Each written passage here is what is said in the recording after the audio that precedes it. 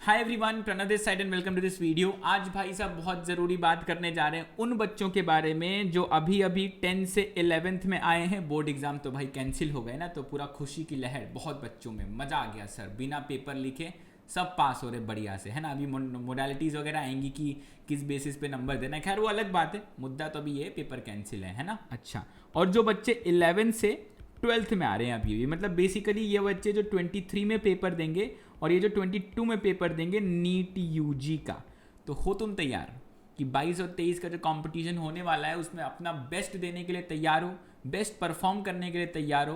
बोले सर अभी कहाँ सर, अभी अभी तो 10 से 11 में आए थे, इतना जल्दी कहाँ? या सर अभी अभी तो 11 खत्म हुआ, अभी कहाँ सर?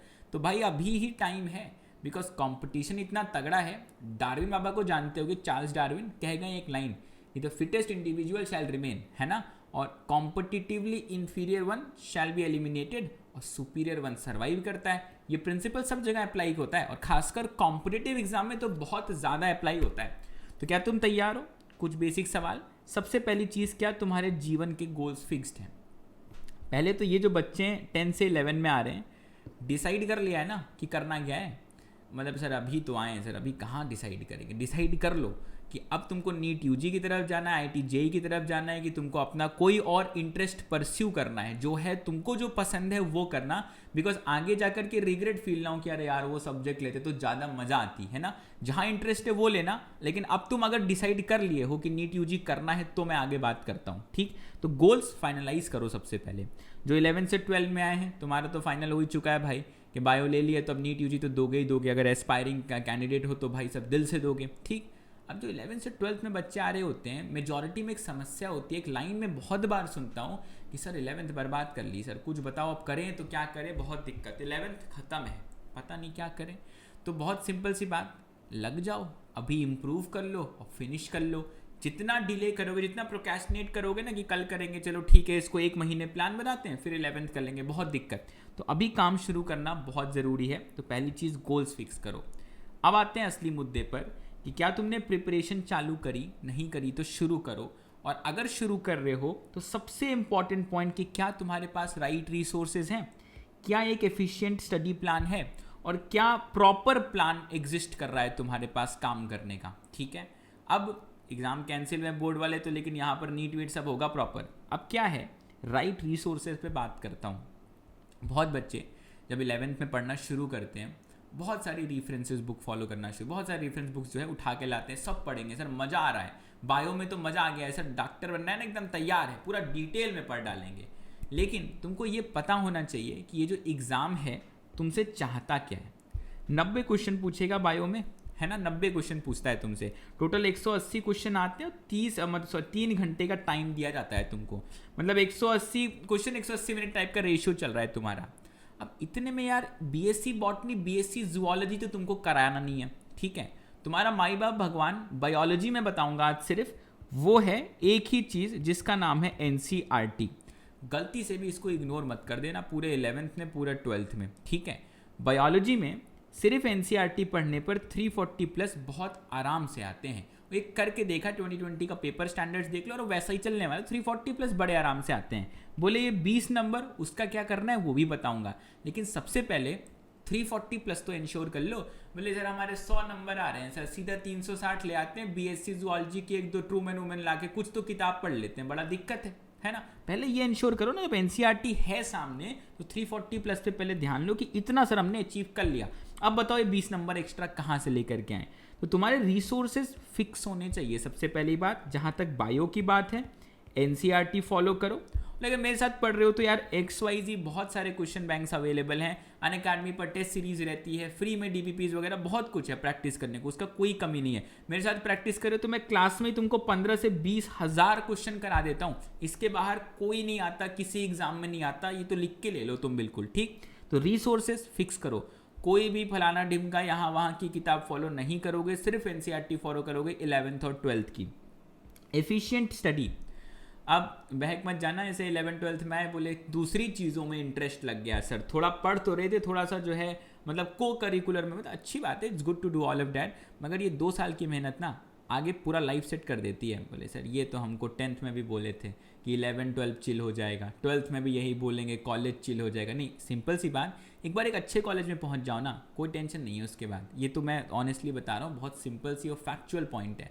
लेकिन वहाँ तक पहुँचना थोड़ा मुश्किल होता है कभी कभी, अगर तुम फोकस्ड नहीं हो तो। ठीक है, तो एफिशिएंट स्टडी करना फोकस होकर के बहुत ज़रूरी है कि तुम 1 घंटे बैठो। ये नहीं कि उसकी आउटपुट है, मतलब 1 घंटे बैठे, कुछ बच्चे होते हैं ये आज हम 2 घंटा पढ़े, पूछे क्या किए सर, 10 मिनट पढ़ना शुरू किए, फ़ोन उठा लिए, फिर जो है उसमें कैसे टाइम चला पता नहीं चला, और उसके बाद 1 घंटा खत्म, फिर पढ़ना शुरू किया। तो ये कोई पढ़ाई नहीं होती है, ये होता है बस किताब लेके बैठना। किताब लेके बैठे हो तो पढ़ भी लो उसको, है ना। एनसीईआरटी भी बढ़िया चीज़ है, फ़ोन से अच्छी चीज़ है, इसको देखोगे तो नंबर भी मिलेंगे, फ़ोन खाली देखोगे तो नंबर नहीं मिलेंगे। हाँ, ये खास बात है एनसीईआरटी की, ठीक है। वो अलग बात है कि फ़ोन पे क्लास खोल के देख रहे हो तो भी नंबर मिलेंगे, है ना। हाँ, अच्छा, अब प्लान होना बहुत ज़रूरी है।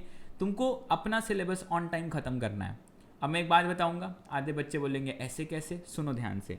जो 11th के बच्चे और जो 12th के बच्चे, वो अपना पूरा सिलेबस बायो का थॉरोली, मिनिमम इतना तो स्कोर करोगे ही करोगे, जितना कहूँ उतना कर लो। 4 से 5 महीने के अंदर, क्योंकि फ्रेशर्स इंक्लूडेड मैं कर रहा हूँ, 4 से 5 महीने के अंदर विद प्रैक्टिस पूरा क्लास 11 पूरा क्लास 12 मेरे साथ कर लो, बिना किसी टेंशन के।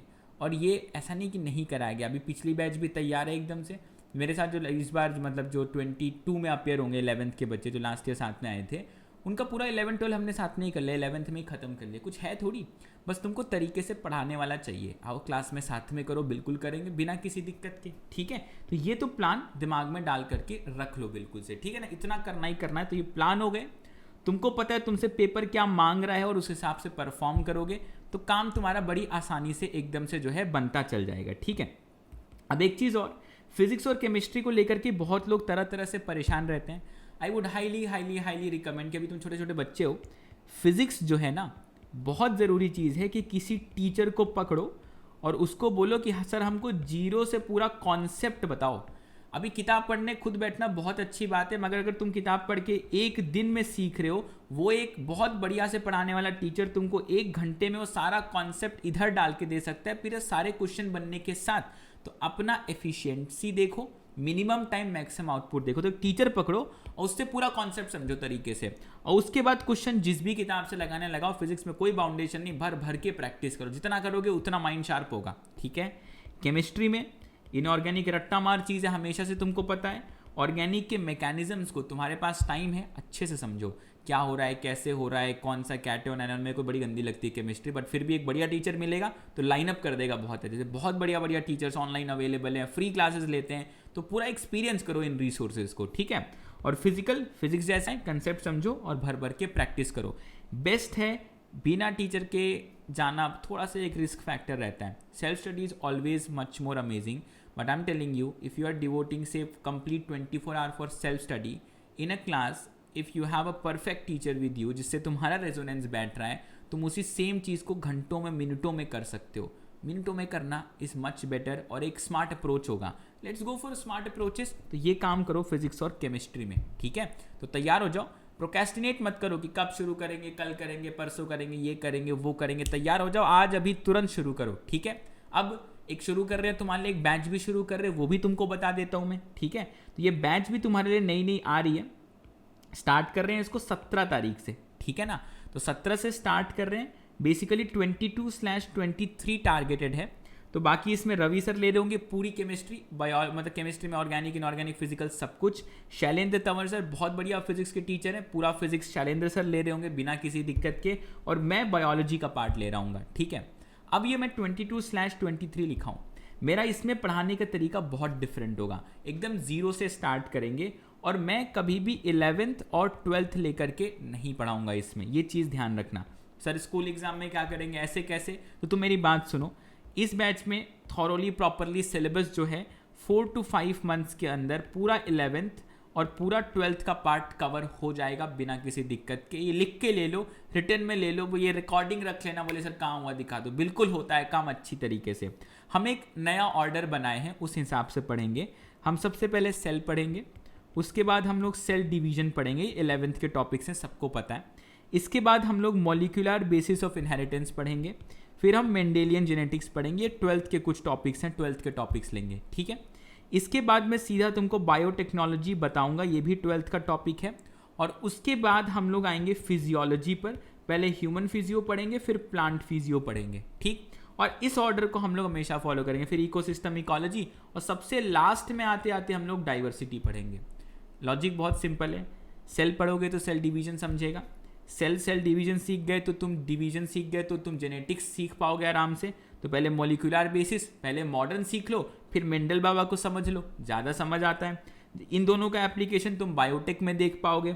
उसके बाद फिजियोलॉजी में तो पूरा सेपरेट हो गया, प्लांट ह्यूमन फिजियो थॉरोली समझ पाओगे यहाँ से, ठीक है। उसके बाद इकोसिस्टम इकोलॉजी हट के टॉपिक है, और डाइवर्सिटी मारना है रट्टा तो पहले रटो। एक बार रट्टा मारो, 10 दिन में भूल जाओ, क्या फ़ायदा वो रटने का। पेपर आ रहे हैं उसके पहले रट लो। लॉजिकल स्मार्ट माइंड यही कहता है। तो ये फॉर्मेट चलेगा। 4 से 5 महीने के अंदर पूरा नीट बायोलॉजी का सिलेबस थॉरोली, प्लस 15 से 20,000 क्वेश्चन।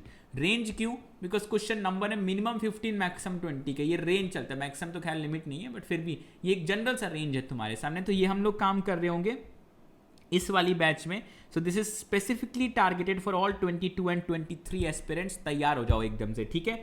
17 तारीख से अनअकैडमी प्लस के ऊपर ये बैच है, ध्यान रखना, ठीक है।